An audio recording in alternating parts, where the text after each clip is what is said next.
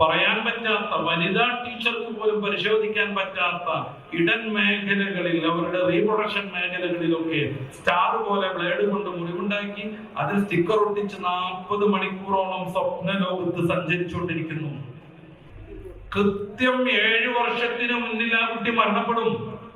4 മുതൽ 7 വർഷം വരെയാണ് MDMA ഉപയോഗിക്കുന്നവരുടെ ശരാശരി ആയുസ്. സ്വന്തം മകന്റെ ഗർഭം വേറേണ്ടി വരുന്ന അമ്മമാരും നമ്മുടെ കേരളത്തിൽ സൃഷ്ടിക്കപ്പെട്ടുകൊണ്ടിരിക്കുന്നത്. തൊട്ടടുത്ത വീട്ടിലുള്ള 24-കാരൻ വെള്ളത്തിൽ മുക്കി കൊന്നത് MDMA പ്രേരണയിലായിരുന്നു. നമ്മൾ ആലോചിച്ച് നോക്കുക. ഇപ്പൊ മദ്യം, മയക്കുമരുന്ന്, ഇന്ന് നമ്മൾ അതിനെതിരെ പ്രതിജ്ഞ എടുത്തു. മദ്യവും മയക്കുമരുന്നും പാടില്ലെന്നും കുല്ലു മുസ്കിരിൻ ഹറാം, ഏത് ലഹരി വസ്തുവും ഹറാമാണെന്നും റസൂലുള്ളാഹി സ്വല്ലല്ലാഹു അലൈഹി വസല്ലം തങ്ങൾ പഠിപ്പിച്ചു. ഇന്ന് ലോകം നേരിടുന്ന ഏറ്റവും വലിയ വിപത്താണ് ലഹരിയുടെ വ്യാപനം. 4 കാലിൽ ഉറച്ചു നിൽക്കാൻ കഴിയാത്ത യുവത്വം രൂപപ്പെട്ടു വരുന്നു. നമ്മുടെ മക്കളെയും പെൺകുട്ടികളെയും ഒരു 4 വർഷം കഴിഞ്ഞാൽ നമ്മുടെ കേരളത്തിൽ പുറത്തിറക്കാൻ കഴിയാത്ത സാഹചര്യം രൂപപ്പെടാൻ പോകുന്നുണ്ട്. കാരണം 11-ലധികം മയക്കുമരുന്നുകൾ വ്യാപകമായി നമ്മുടെ നാട്ടിൽ ലഭ്യമാണ്. 11-ലധികം മയക്കുമരുന്നുകൾ, മനുഷ്യനെ വല്ലാതെ നശിപ്പിക്കുന്നവ, ഏറ്റവും കൂടുതൽ മാരകമായി മനുഷ്യന്റെ ആരോഗ്യത്തെ നശിപ്പിച്ചു കളയുന്നത്. MDMA എന്നൊക്കെ പലപ്പോഴും നമ്മൾ പേപ്പറിൽ കേൾക്കാറുണ്ട്, കാണാറുണ്ട്, വായിക്കാറുണ്ട്. MBBS എന്നൊക്കെ പറഞ്ഞ പോലെ എന്തോ ഒരു സന്നദ്ധാന്ന് വിചാരിച്ചല്ലോ.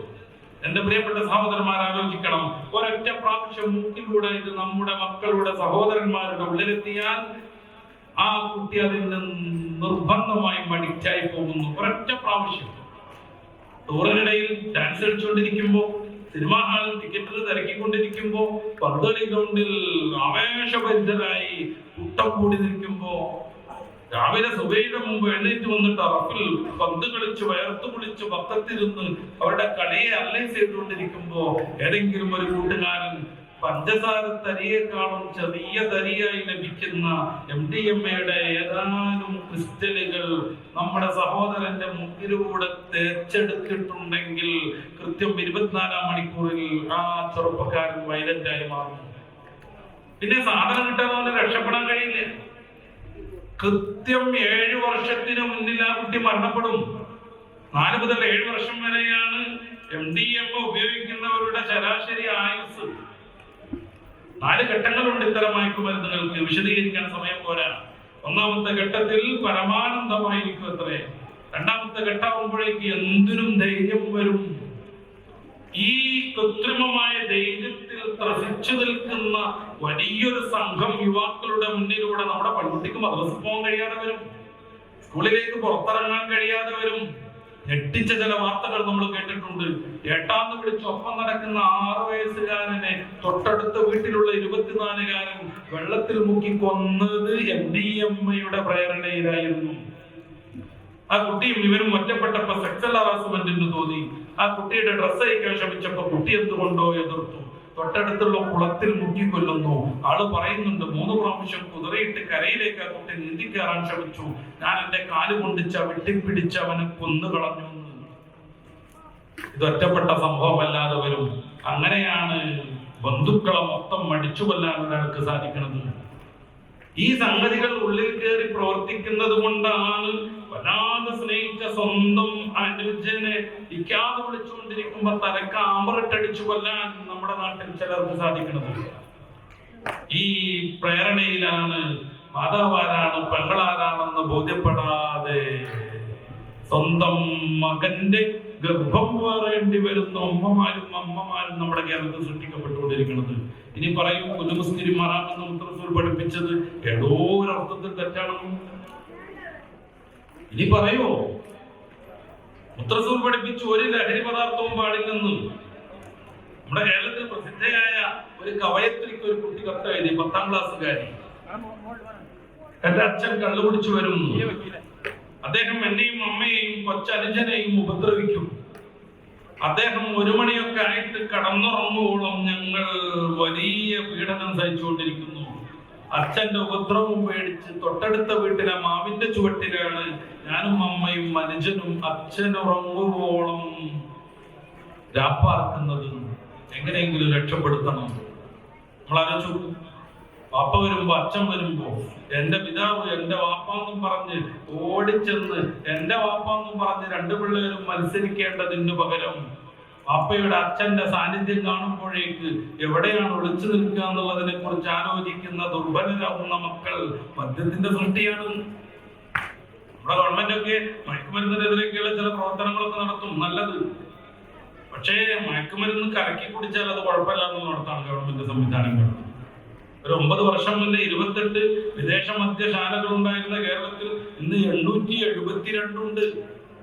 കേരളക്കാരന്റെ അരിമുട്ടിയാലും കുടിമുട്ടരുതെന്ന് കരുതിയിട്ട് പാലക്കാട് ജില്ലയിൽ വലിയ വിദേശ മദ്യ ഫാക്ടറി, നിർമ്മാണ ഫാക്ടറി നിർമ്മിച്ചുകൊണ്ടിരിക്കുന്നു. ഇതെത്ര കുടിച്ചാലും പ്രശ്നമില്ല എന്നുള്ളിടത്ത് ഗവൺമെന്റ് നിൽക്കുമ്പോ ഇത് പ്രോത്സാഹിപ്പിക്കാനും എത്ര കുട്ടികൾ മരണപ്പെട്ടാലും എത്ര ചെറുപ്പക്കാർ ആരോഗ്യം ക്ഷയിച്ചാലും നമ്മുടെ കേരളം കാലുറക്കാത്ത മനുഷ്യരുടെ ഒരു സംസ്ഥാനമായി മാറിയാലും ലാഭം കിട്ടണമെന്ന് കരുതിയിട്ട് മയക്കുമരുന്നുകൾ ധാരാളമായി നാട്ടിലൂടെ ഒഴുകിക്കൊണ്ടേയിരിക്കുന്നു. സ്കൂൾ വിദ്യാർത്ഥികൾ മുതൽ വിദ്യാർത്ഥിനികൾ വരെയും അതിന്റെ അഡിക്റ്റുകളാവുന്നു. എന്നെ ശ്രവിക്കുന്ന ആണുങ്ങളെക്കാൾ സ്ത്രീകളുണ്ടെന്ന് നമ്മുടെ സംഘാടകർ ഓർമ്മപ്പെടുത്തിയ പ്രിയപ്പെട്ട ഉമ്മമാരെ, സഹോദരിമാരെ, ഒന്നുകൂടെ നിങ്ങൾ കേൾക്കണം. കേരളത്തിലെ പ്രസിദ്ധമായ ഡി അഡിക്ഷൻ സെന്ററുകളിൽ ഒന്നാണ്, മദ്യത്തിന്റെയും മയക്കുമരുന്നിന്റെയും പ്രശ്നങ്ങൾ പരിഹരിക്കാനുള്ള ആരോഗ്യ കേന്ദ്രങ്ങളിൽ ഒന്നാണ് മലപ്പുറം ജില്ലയിലെ തിരൂരിലുള്ള അങ്ങനത്തെ ഒരു കേന്ദ്രം. അവിടെയുള്ള പ്രമുഖ ഡോക്ടർ ഈയിടെ ഒരു പ്രസംഗം നടത്തി. അദ്ദേഹം പറയുന്നത് കൂടുതലായി മയക്കുമരുന്നിലേക്ക് ഇപ്പോൾ കയറി വരുന്നത് സഹോദരിമാരും പെൺകുട്ടികളുമാണ്. അവർ MDMA ഉപയോഗിക്കുന്നില്ല ഭൂരിപക്ഷവും, പക്ഷെ അവർ സ്റ്റിക്കർ ഒട്ടിക്കുന്നു, സ്റ്റാമ്പ് ഒട്ടിക്കുന്നു.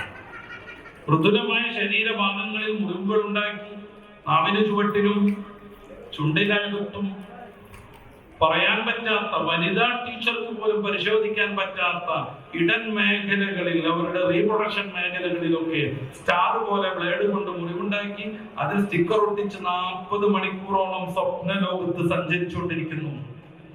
നമ്മുടെ കേരളം എങ്ങനെയാണ് ജീവിക്കുക എന്നുള്ളതിനെ കുറിച്ച്, കേരളത്തിന്റെ ഭാവി ഏതു വിധമായിരിക്കുമെന്ന്, ആൽഫയിൽ നിന്ന് കയറി ബീറ്റായിലെത്തിയ ജനറേഷന്റെ ജീവിത രീതി എങ്ങനെയായിരിക്കുമെന്ന് സൂചിപ്പിക്കാനാണ് ഞാനത് ഇങ്ങനെ പറയുന്നത്. ഇவ்விதം സമൂഹം നശിച്ച് ദുർബലമായി തീർന്നുകൊണ്ടിരിക്കുന്നു. ഇത് ചില്ലറ സംഗതിയാണോ? ഇവിടെ സഹോദരന്മാർ മനസ്സിലാക്കരുത്, ഞങ്ങൾ ഗൾഫിലായതുകൊണ്ട് രക്ഷപ്പെട്ടു. കേരളത്തിൽ വലിയ MDMA വേട്ട കഴിഞ്ഞാൽ അത് ഗൾഫിൽ എല്ലായിടത്തും എന്നാണ് റിപ്പോർട്ട് വരുന്നത്. GCC-യിൽപ്പെട്ട ഒരു രാജ്യത്ത് നിന്ന് എന്റെ ഒരു പിതാവ് കരഞ്ഞുകൊണ്ട്, അദ്ദേഹത്തിന് സംസാരിക്കാൻ പറ്റുന്നില്ല, കുറെ നേരം അദ്ദേഹം കരഞ്ഞു. ഞാൻ സഹികെട്ടി ചോദിച്ചു, എന്താണ് പറയാൻ പോണത്? വിങ്ങി ഹൃദയം തകർന്ന് അദ്ദേഹം പറഞ്ഞൊപ്പിച്ചു, എന്റെ 2 മക്കൾ ജോലി കൊടുക്കാൻ വേണ്ടി ഞാൻ ഇങ്ങോട്ട് കൊണ്ടുവന്നത്, നല്ല ജോലി ഉണ്ടായിരുന്നു. ആദ്യം വലിയ ചങ്ങാതി MDMA അഡിക്റ്റായി, ഇപ്പൊ രണ്ടാമത്തെ. അദ്ദേഹത്തിന്റെ ആവശ്യം ഞാനൊരു ആഴ്ചക്ക് കയറി വരണം എന്നാണ്, എല്ലാ ചെലവും അദ്ദേഹം എടുത്തോളാം, എന്നിട്ട് അവരങ്ങോട്ട് നന്നാക്കി പോകണം എന്നാണ്. ആ പിതാവിനോട് അങ്ങനെ പറയാൻ വലിയ മാനസിക പ്രയാസം അനുഭവിച്ചെങ്കിലും യാഥാർത്ഥ്യം പറയാതെ വയ്യാത്തത് കൊണ്ട് ഞാൻ പറഞ്ഞു, ക്ഷമിക്കണം, നിങ്ങൾ ടിക്കറ്റും വിസയും ചെലവും റൂമും ഒക്കെ സഹിച്ച് എന്നെ കൊണ്ടുപോയത് കൊണ്ട് ഒന്നും സംഭവിക്കാനൊന്നും പോകുന്നില്ല. ഈ കേസിൽ നല്ലൊരു ക്ലിനിക്കൽ സൈക്കാട്രിസ്റ്റിനെ കൊണ്ടുപോയാലും ഒരാഴ്ച കൊണ്ട് അദ്ദേഹത്തിന് MDMA അഡിക്റ്റുകളാവുന്ന നിങ്ങളുടെ മക്കളെ രക്ഷിച്ചെടുക്കാൻ പറ്റില്ല. അത് കേരളത്തിൽ കൊണ്ടുവരി, നമുക്ക് ആലോചിച്ച് ട്രീറ്റ്മെന്റ് നടത്താമെന്ന് ഞാൻ പറഞ്ഞു. ദുഃഖത്തോടെ ആ പിതാവ് ഫോൺ വെച്ചു. അദ്ദേഹം കരഞ്ഞിട്ടുണ്ടാവാം, അദ്ദേഹം വന്ന് ഭക്ഷണം കഴിക്കാതിരുന്നിട്ടുണ്ടാവണം. അദ്ദേഹത്തിന്റെ ദുഃഖത്തിന് പരിഹരിക്കാൻ എന്റെ കയ്യിൽ വാക്കുകളില്ലായിരുന്നു. കൃത്യം ഒരാഴ്ച കഴിഞ്ഞപ്പോൾ അദ്ദേഹം എന്നെ വിളിച്ച് പിന്നെയും കരഞ്ഞു, സാറെ ഒരാളെ CID പിടിച്ചു എന്ന് പറഞ്ഞിട്ട്, ഇനി അവൻ എന്ത് പുറത്തിറങ്ങുന്നത് എനിക്ക് അറിയില്ല എന്ന് പറഞ്ഞിട്ട്. അവിടെ ഫാമിലിയെ കൂടെ കൂട്ടുന്നത് അവരുടെ ധാർമ്മികത നന്നായി വളരട്ടെ എന്ന് കരുതിയിട്ടായിരിക്കും പലരും. ഗൾഫുകാരുടെ ഫാമിലിയെ എങ്ങനെ വളർത്തണം എന്നുള്ളതിനെ പറ്റി ഒരു ക്ലാസ് എടുക്കണം എന്നുണ്ട് എനിക്ക്. എന്റെ വിഷയം മുത്തറസൂലായതുകൊണ്ട് ഞാൻ അങ്ങോട്ട് കിടക്കണില്ല. എന്റെ പ്രിയപ്പെട്ട സഹോദരന്മാർ ആലോചിച്ച് നോക്കാം, വാപ്പയുടെ സങ്കടം, അതിനെന്ത് പരിഹാരം പറയാൻ പറ്റും?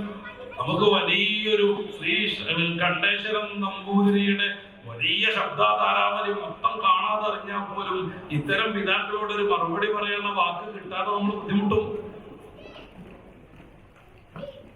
റസൂൽ പറയാണ്, ഏത് ലഹരി പദാർത്ഥവും ഹറാമാണ്, നിഷിദ്ധമാണ്. ചരിത്രത്തിൽ ഏതൊക്കെ രീതിയിൽ സ്വാധീനിച്ച പല പല മനുഷ്യരുണ്ടെങ്കിലും ജീവിതഗന്ധിയായ നിയമങ്ങൾ കൊണ്ടുവന്ന് അത് വളരെ മനോഹരമായി അവതരിപ്പിച്ച് സ്വന്തം ജീവിതം കൊണ്ട് തന്റെ നിയമങ്ങൾക്ക് ആധികാരികത പകർന്നു തന്റെ മക്കളെയും പൗത്രരെയും സ്വന്തക്കാരെ മൊത്തം ആ നിയമത്തിന്റെ സമ്പൂർണ്ണ പ്രോക്താക്കളാക്കി മാറ്റി. ലോകത്തിന്റെ മുമ്പിൽ താരകഖചിതമായ നിശാന ബസ്സിലെ സമ്പൂർണ്ണ ചന്ദ്രനെ പോലെ തിളങ്ങി നിൽക്കുന്ന മഹാഗുരുവര്യർ മുഹമ്മദ് റസൂൽ സല്ലല്ലാഹു അലൈഹി വസല്ലം. അക്ഷരത്തെറ്റില്ലാതെ സ്വലാത്ത് ചൊല്ലിക്കോളൂ. അല്ലാഹുവിന്റെ റസൂൽ സല്ലല്ലാഹു അലൈഹി വസല്ലം യുഹില്ലു ലഹുമുത് ത്വയ്യിബാത്ത്, നിങ്ങൾക്ക് നന്മ അനുവദിച്ചു കൊടുക്കുന്നു. റസൂലുള്ളാഹി തങ്ങൾ അനുവദിച്ച ഏതെങ്കിലും ഒരു കാര്യം തിന്മയാണെന്ന് ഏതെങ്കിലും ഒരർത്ഥത്തിൽ മനുഷ്യന്റെ ഗുണപ്രദമായിരുന്നു, മുഹമ്മദ് അത് നിഷേധിച്ച് കളഞ്ഞുപോയി എന്ന് എന്റെ പ്രിയപ്പെട്ട മനുഷ്യരെ, പ്രിയപ്പെട്ട മുഹിബ്ബീങ്ങളെ, ലോകത്തിന്റെ ഏതു കോണിലുള്ള അല്ലാഹുവിന്റെ റസൂലിന്റെ വിശ്വാസികളെ, വിമർശകരെ നമുക്ക് ശങ്കിക്കേണ്ടി വരില്ല. അത്രക്ക് സുഭദ്രം.